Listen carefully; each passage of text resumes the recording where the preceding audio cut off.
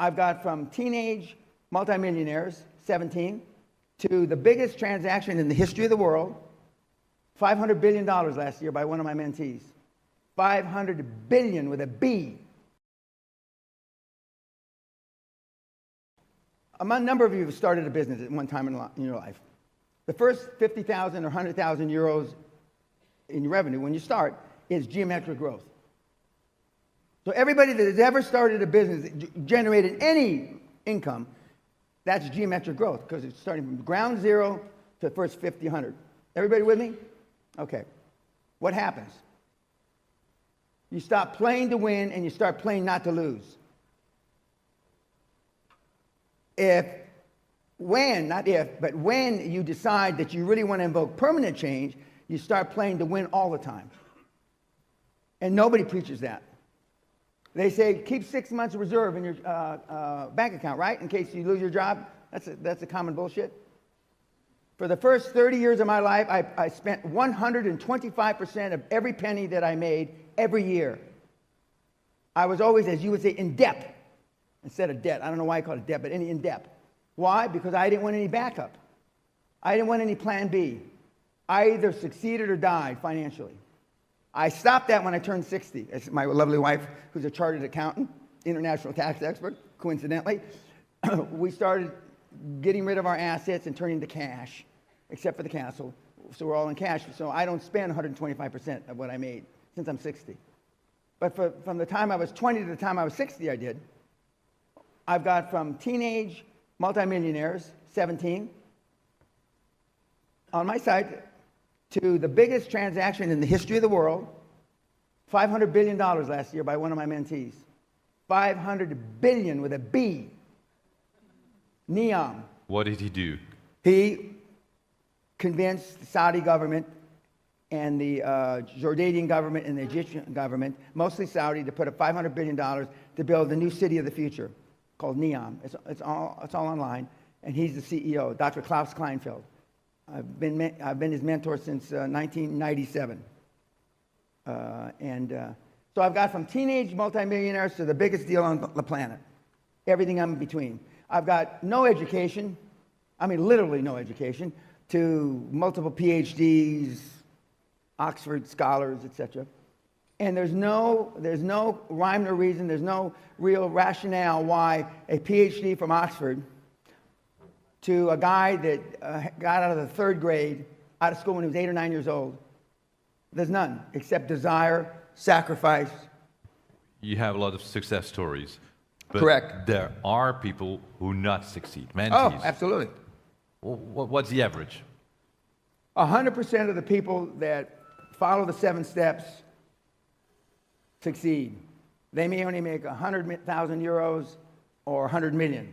The people, 40% of the people drop out because they can't follow the steps. 40%. So what do they do wrong? They do wrong. Common mistakes. Well, most of them, and you know a couple of the guys, I know. They go from the castle to the bank and they take the money, except they're robbing the bank without a mask and without a gun. That's how easy it is to get money today. It's the lowest interest rates in 5,000 years, the lowest interest rates. So they go to the banks, and we show you how to get money from the bank in a legal way, just as you did, just as the other couple Dutch guys you and I both know. But then you don't do good things with it. I just had one of my superstars arrested 4 days ago for presumably taking $125 million in a bad way. That's a lot of money, $125 million. But we show you how to do it legally. Absolute, 100% if you follow the steps.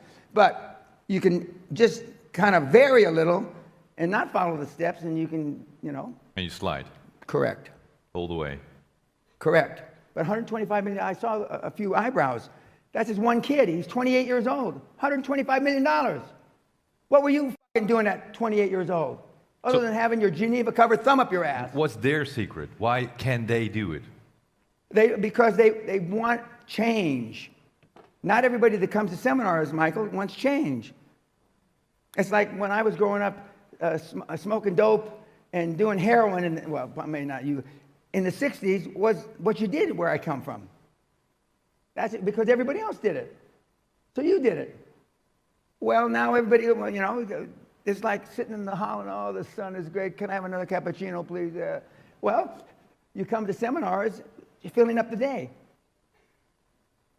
Most people, we've had people that I've met that, by the way, that 700 book kid came to this council seminar, and he's about to close his first deal.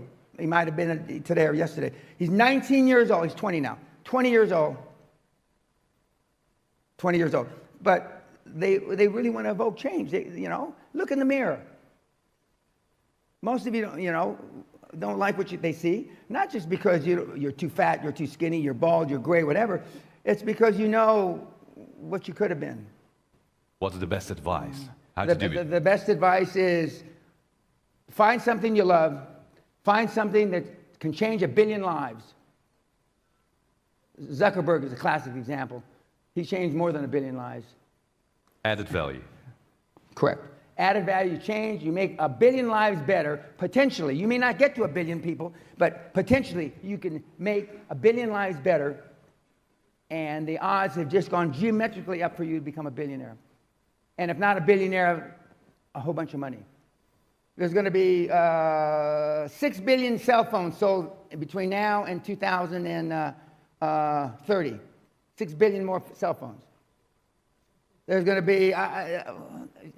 be third world countries are going to grow their consumption of Coca-Cola, soft drinks, and that kind of stuff by 1,000% between now and 2030.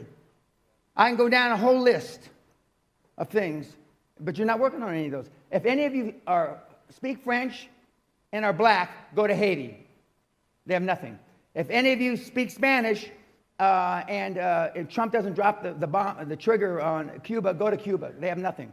Sally and I were just there. If any of you speak Farsi or Arabic, go to Iran. But now I'm not saying that because we're going to bomb Iran probably, and don't go to Syria. Just like I told people, if you spoke Russian, go to Russia back when the wall fell. Just like I told people when China opened up, learn Chinese. We send our youngest son, he speaks fluent Mandarin. But no. Holland is see? How many are willing to go to Haiti, learn French? Nobody. Anybody? No, I'm not going to. Those are just 5 off the top of my head. I got 1,005 more. And we have people in Haiti right now. I have people in Iran right now. I have people in Russia right now. I have people in China now. Brazil, you speak Portuguese, go to Brazil. So what you say is go there where they need. They have no infrastructure. They have nothing. You can help other people and make money. Legally. That's the deal. Yes, sir. Give some, get some. And you'll be helping them more than they're helping you. So you give more than you take. That's always the rule. Correct. Correct. Honest, moral, ethical has got to be the 3 basis benchmarks. Even though you may sound that I think I sound different, but honest, moral, ethical. Those 3. And there's so much money, God almighty. One of my German kids, the last 18 deals he's done, he sent me his stats, average 2% was the borrowing rate from the banks. 2%. And it's easier to do a 5 million than a 500,000, and it's easier to do a 50 million than a 5 million, and easier to do a 5 billion. Same paperwork, but you got to have a big dream, big ideas. Big ideas, and there's certainly a lot of big ideas, and some of those ideas are on the internet. They are. Most of them won't get there, but I mean, look at all the incubators, etc., in the Silicon Valley type places there are on the planet now. They're all over the place, and money, and there's the European Union has money, the International Monetary Fund has money, the World Bank has money. I'm the only person on the planet that I know of that sends people to those 3 places to get money. The guy that got money from the World Bank took him 80 phone calls to 80 different departments until he found the right department to get the money. The World Bank doesn't know what they're doing. The International Monetary Fund doesn't know what they're doing. The EU for sure doesn't know what they're doing. They got tons of money. And governments, if they don't use the money, they lose it. But financing by banks has been changed over the past years. Yeah. Yeah. So if one goes to a bank now, what should you do? What should you tell them? Well, no, well, you got to come up with, our system, my system is based on you find a mentor that's done it before you, you put a dream team together, and so it's not just you. It's you with 5 or 6 guys and gals that are really world class, and you've got plenty of them here in the Netherlands. I was telling you about one of my dream teams from the 90s with some very well-to-do guys here in the Netherlands, and you're going to, and we're going to change. My idea is better than motherhood, apple pie, and religion. I mean, we're going to change the way the world is today. I mean, those are the kind of words that they use now, and the bankers give you the money. As outlandish as the request might seem, they give you the money. I don't mean give it. They take it in the credit committee, yada, yada. So I'm not saying that they just, fall down dead and they throw the money at your feet. It'll seem that way in some of the cases. Because like right now, it used to be green. Everything green power was hot. That's passé now. Cybersecurity is the hottest thing on the planet today. Cybersecurity. There is nothing hotter. Cybersecurity. Pharmaceuticals is hot. Hot. Telecom? Well, still telecom, but now there's different areas of telecom. Healthcare, old age, assisted living. It's hot, because none of you want to take care of your parents. You kick them out to the curb. You want to put them in some place for 1,100 euros or 1,200 euros or Luxury elderly homes. Yeah, but you can pay up to 25,000 euros a month for the country club elderly homes. Dentists? Rolling up dentists. Dentists are hot. We have a dentist here. Still hot? What do you call it? It doesn't matter where you do that. Here, you can in the take, States, they wherever. don't have yellow pages anymore, but they used to have yellow pages. You can just throw the yellow pages down, and wherever it opens up. Physiotherapy. Who is a dentist going to give his practice to? You want a motivated seller between 55 and 65, 67-ish, who has no plan of succession, meaning they have nobody to give their business to. Their kids don't want it. Crematoriums are hot, pun intended. Funeral homes are hot. Cemeteries are hot. But see, you don't want to do those. I can just tell by the look on their faces. Right now, radiology clinics are hot. Oh, God. Surgical care centers are hot. I mean, I can just go on and on and on. Because there's no plan of succession. Meaning, what are you going to do when the 4 doctors that had the radiology practice, now they're in their 60s or 70s, what are we going to do with it? They're going to sell it to some meathead like you, if you're there. But if you don't ask, you don't get.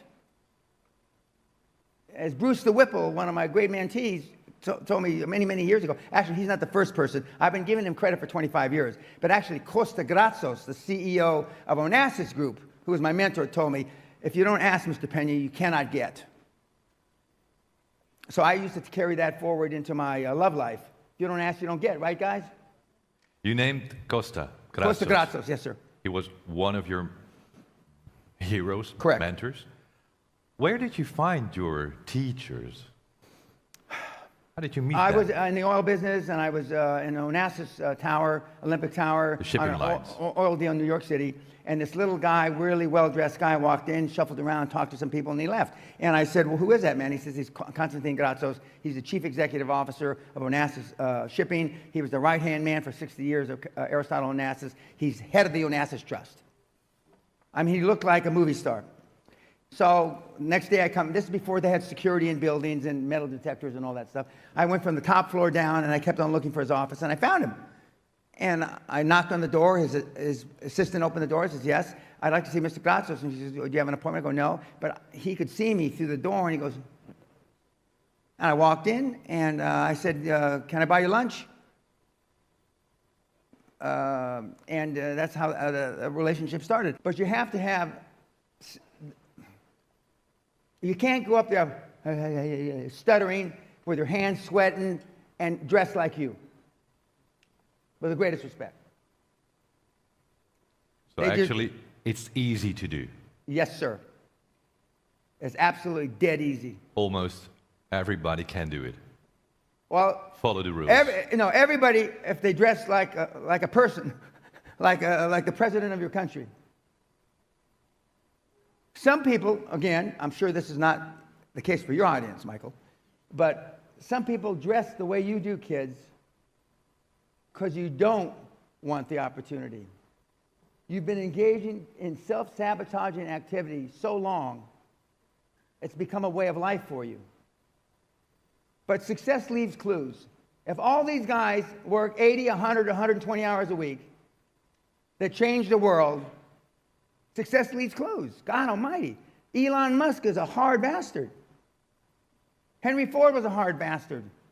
Rockefeller, and my interfacing with the Heineken family, and he was a hard bastard. So how do you think the world got changed? Slappy happy? I'll have another cappuccino. Is that how it happened? I don't think so. Now, you may not, Dan Pena isn't for everybody. I understand that. I can't understand it, really. But my wife tells me you're not everybody's cup of tea. So I understand it. I don't want to believe it, but I know it's true. I'm 72 years old. But all the people I've been privileged to be around, I've been around some big, big hitters. They're all the same. But now, because of everything's on iPhone, they're trying to paint their legacy. Now they don't swear on camera. Now they don't do all these things because they want their legacy. I don't give a shit about my legacy.